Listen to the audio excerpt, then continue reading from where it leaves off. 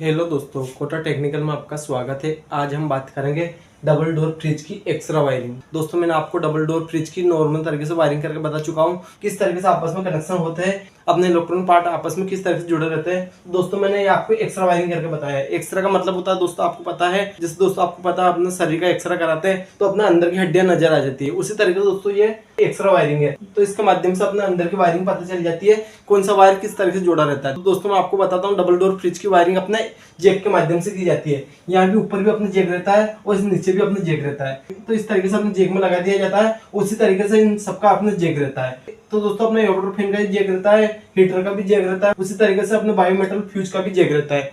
ठीक है दोस्तों मैं आपको एक बार इन पार्ट के बारे में बताता हूँ, क्योंकि दोस्तों मैंने नाम नहीं लिख रखा है। दोस्तों मैं नाम लिखूंगा तो इसमें जगह कम पड़ जाएगी दोस्तों, इसलिए मैं आपको बताता हूँ कौन सा पार्ट पे क्या काम होता है और किस तरह से काम करता है। दोस्तों अपने वीडियो लंबी हो सकती है, पर वीडियो को लास्ट तक अवश्य देखिए।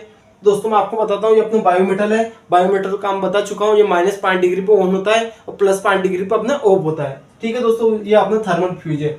थर्मल फ्यूज के बाद अपने ये हीटर है। दोस्तों आपको पता है डबल डोर फ्रिज अपना लंबा रहता है, ये साइज में बड़ा रहता है। दोस्तों इसमें बर्फ अपने बहुत ज्यादा जम जाती है। ये अपने एवापोरेटर है, तो अपने एवापोरेटर में अंदर बहुत ज्यादा बर्फ जम जाती है, तो इस बर्फ को पिघलाने के लिए एक हीटर का प्रयोग किया जाता है। ठीक है दोस्तों, उसी तरीके से अपने एवापोरेटर फैन, क्या दोस्तों एवापोरेटर फैन का काम होता है ऊपर की कूलिंग को नीचे तक पहुंचाने के लिए अपने एवापोरेटर फैन का प्रयोग किया जाता है। ठीक है दोस्तों, उसी तरीके से थर्मोस्टेट का काम होता है कूलिंग को कंट्रोल करना। तो दोस्तों अपना थर्मोस्टेट नीचे वाला डोर में लगा रहता है। इसके अंदर 2 पॉइंट होते हैं सप्लाई देने के लिए, एक से इन दूसरे से आउट किया जाता है। ठीक है दोस्तों थर्मोस्टेट के पीछे एक पूछ रहती है, पूछ के अंदर अपने SO2 नाम की गैस भरी जाती है। इस पूछ की वजह से अपने थर्मोस्टेट सप्लाई को कट करता है और इसकी वजह से अपने सप्लाई को आउट करना लगता है। तो ठीक है दोस्तों, उसी तरीके से अपने डोर स्विच के क्या काम होता है, डोर स्विच का काम होता है बल्ब को ऑन ऑफ करने के लिए डोर स्विच का प्रयोग किया जाता है। ठीक है दोस्तों, ये अपना बल्ब है।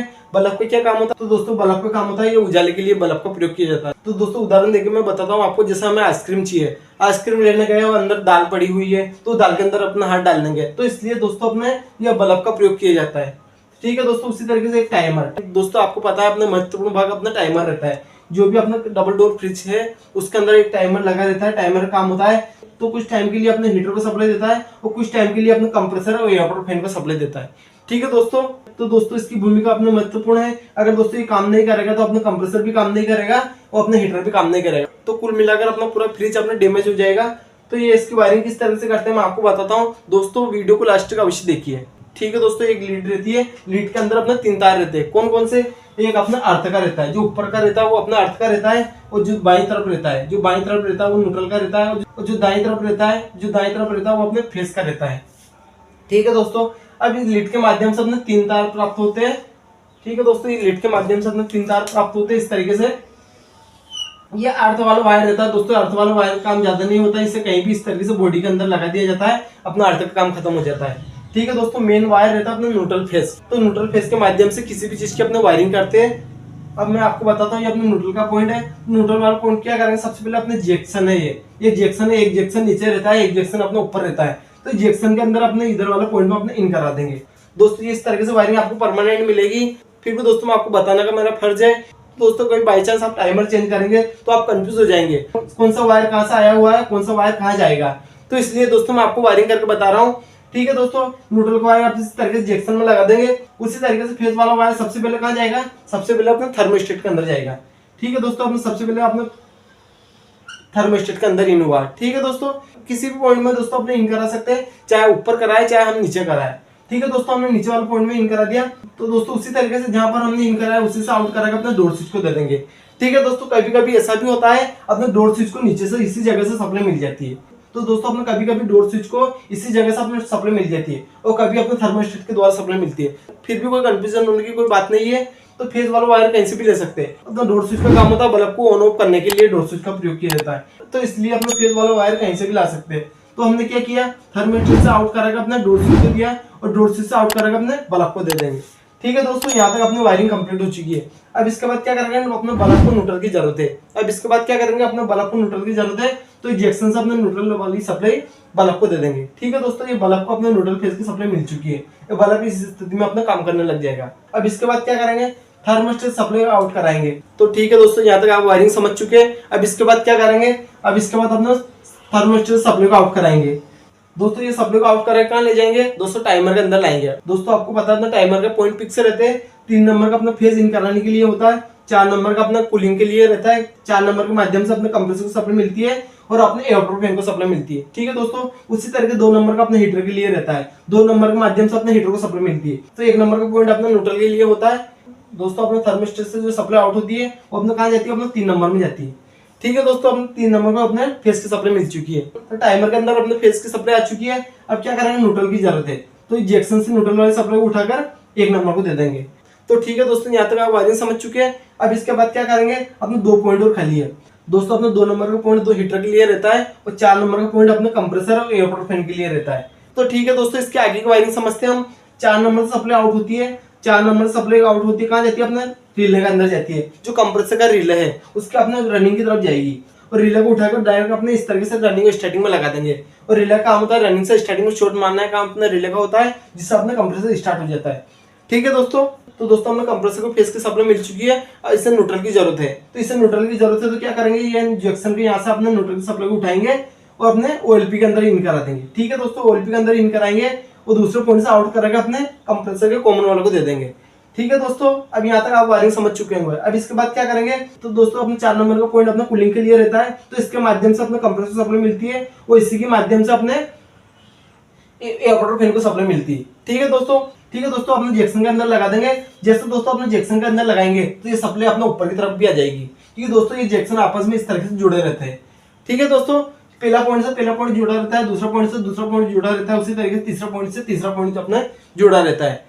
तो ठीक है दोस्तों, अपने उसी तरीके से 2 नंबर का पॉइंट अपने हीटर के लिए रहता है। क्या रहता है दोस्तों, हीटर के लिए रहता है। तो 2 नंबर से अपने सप्लाई को आउट कराएंगे, कहाँ ले जाएंगे, जैक्सन के अंदर अपने इन करा देंगे। तो दोस्तों हमने क्या किया, 2 नंबर सप्लाई को आउट कराकर अपने जैक्सन के अंदर जोड़ दिया। तो दोस्तों हम नीचे वाला पॉइंट में हीटर वाली सप्लाई, अपने नीचे वाला पॉइंट में अपने हीटर वाली सप्लाई है।